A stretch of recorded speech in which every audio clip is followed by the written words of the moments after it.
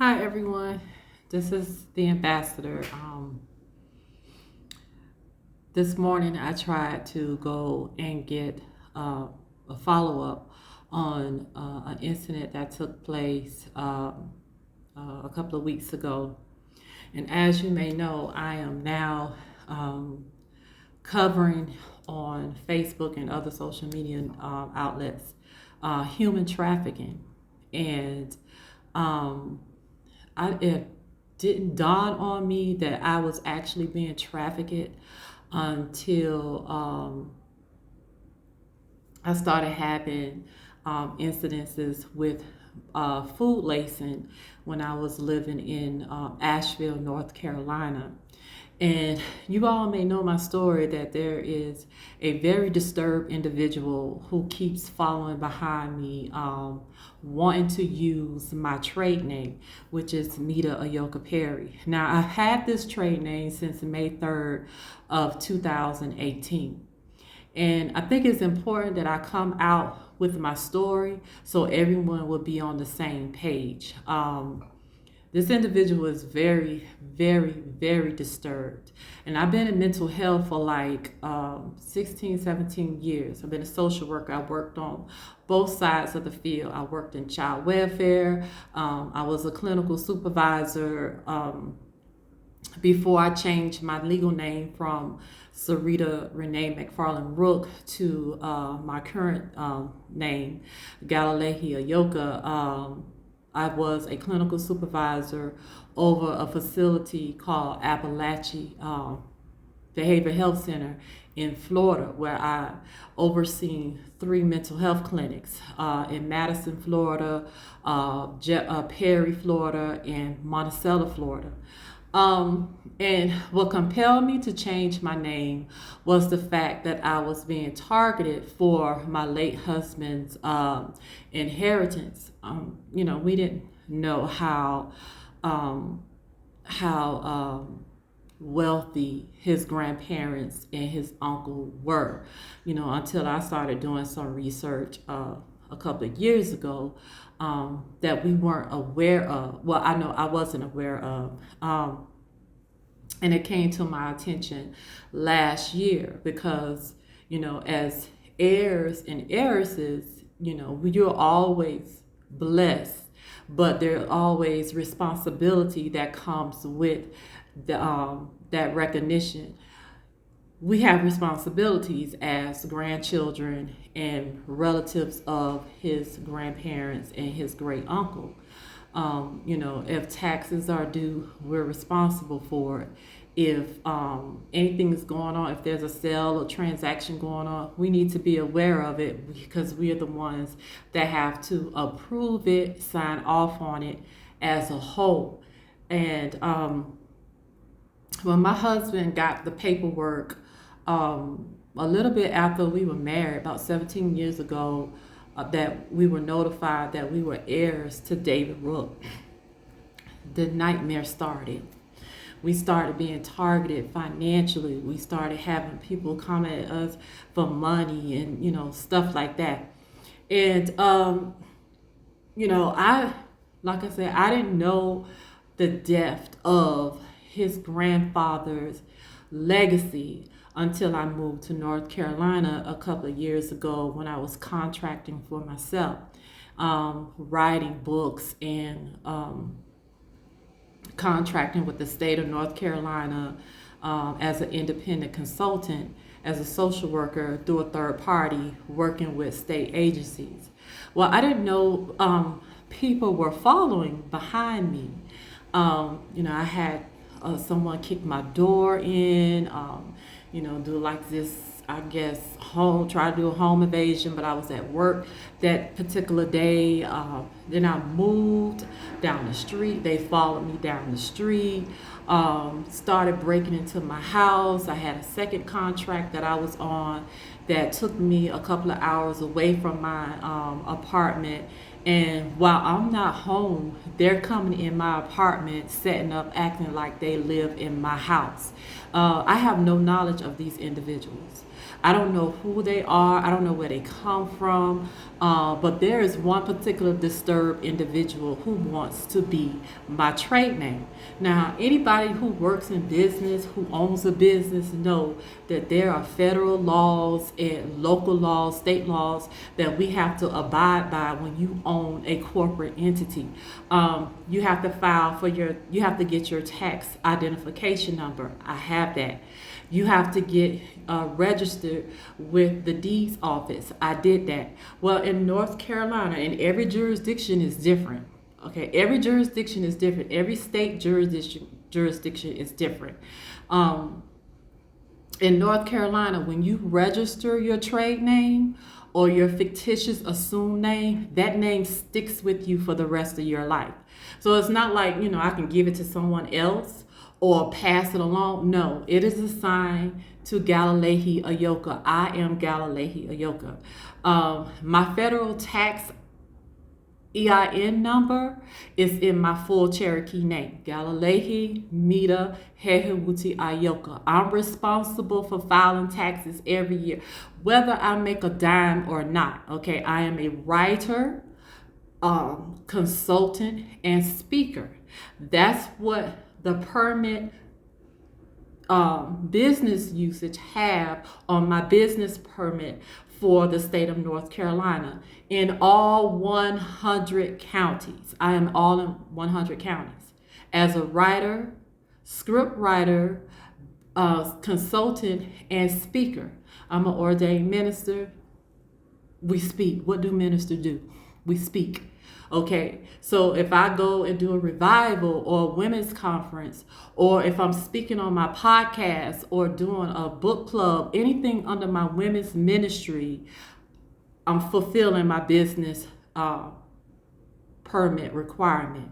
If I am writing, there's no need for me to be appearing publicly. I need a desk and a pen, and I write. I'm also fulfilling the usage of my business permit. If you see me filming or doing something, pertaining to Meda Ahyoka Perry or Meda Ahyoka Perry LLC or the ministries, I am using my business permit. If you don't see me for a year and you still hear my podcast or anything, or see if I'm writing or something, I am still using my business permit. I'm not selling it. It's not for sale. You can't bully me or, threaten me or come steal my money. No, it's not for sale. I don't have any employees. I don't need any as a writer or as a consultant. I'm not on that level yet where I need to employ someone. If God sees fit for me to go global or be bigger than my home office, then I will consider hiring someone. But right now, I don't need anyone. I don't want to look alike. I don't need one. This is Meda. When you see this scar and this beauty mark, whether I have on gray contacts, honey contacts, or my glasses, you see these two marks verifying my identity, you know I'm Meda, that everyone is well aware of in the United States. I'm on sabbatical for my women's ministry. I'm rebuilding the walls of my ministry because this disturbed individual took it upon herself to start calling herself Meda Ahyoka Perry and start doing things illegally with my trade name. So I'm rebuilding the walls and doing some other things, and since she has a problem with understanding that you cannot use someone's trade name for your own personal benefit, I came up with the greatest idea of making that trade name an organization that caters to women's rights. So whenever you see my well-known face that everyone knows with the gray eyes and the scar and the beauty mark on Facebook, that's the face that I'm going to be using as the face of a woman who's been victimized. Because I've been victimized for several years after we found out about my husband's airship. We've been targeted for money and all sorts of things. Well, it didn't dawn on me that someone was actually following me until I moved to North Carolina in 2017, right after my car accident, because I started contracting for myself. And these individuals have been following me. They have been sabotaging everything that I do, railroading everything that I do. Like right now, they put some type of human trafficking device on my body virtually. I don't know what's going on in the world today, but this is happening. This is real, where someone is putting something on your body to track you, track everything that you do 24/7, 365. They know where you are.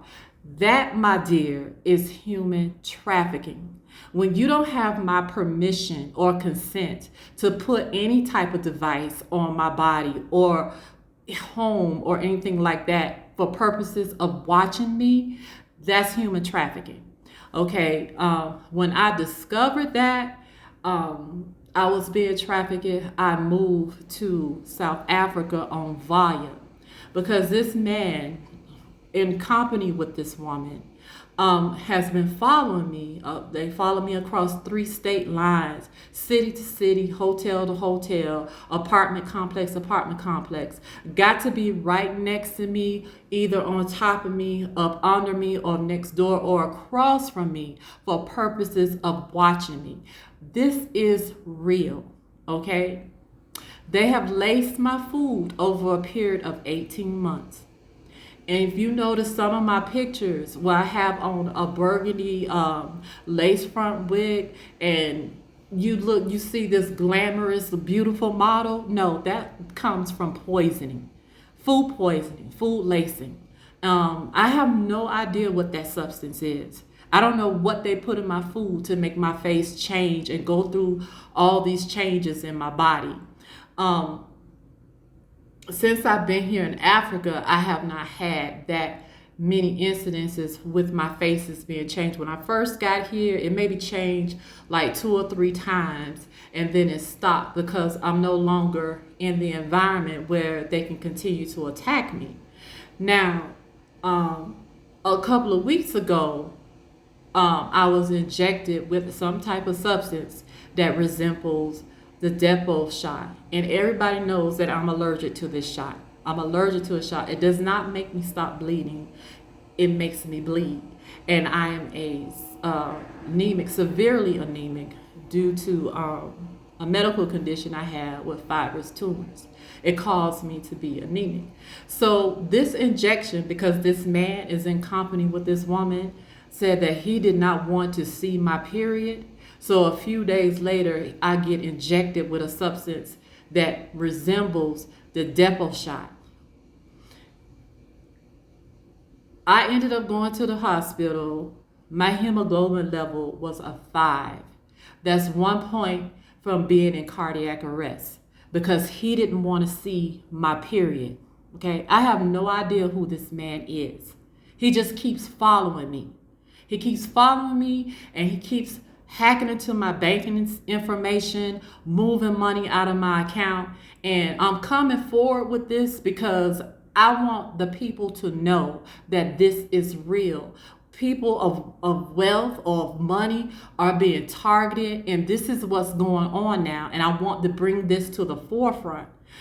Okay, I have bled for 20 days. I'm not in menopause mode. My cycle was not irregular at all. Every 28 days it came on. Okay, I'm 47 years old. I don't have hot flashes or anything else, so I'm not going through menopause. My period comes on every 28 days. But I overheard him say, I don't want to see her period. Her period's about to come on. I don't want to see it. A few days later, I get injected with a substance that resembles the depot shot. I don't know what it was. Okay, it resembles the depot shot. I started bleeding every day for 20 days, passing blood clots about the size of an orange.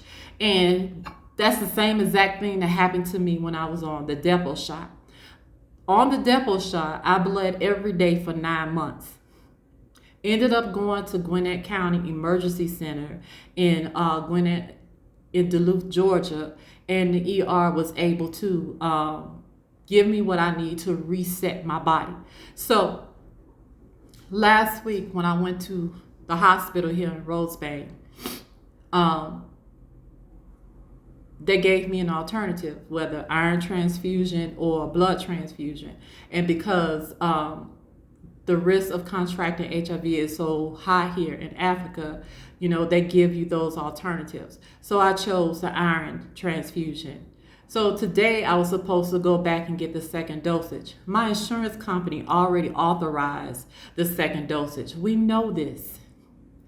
I know this.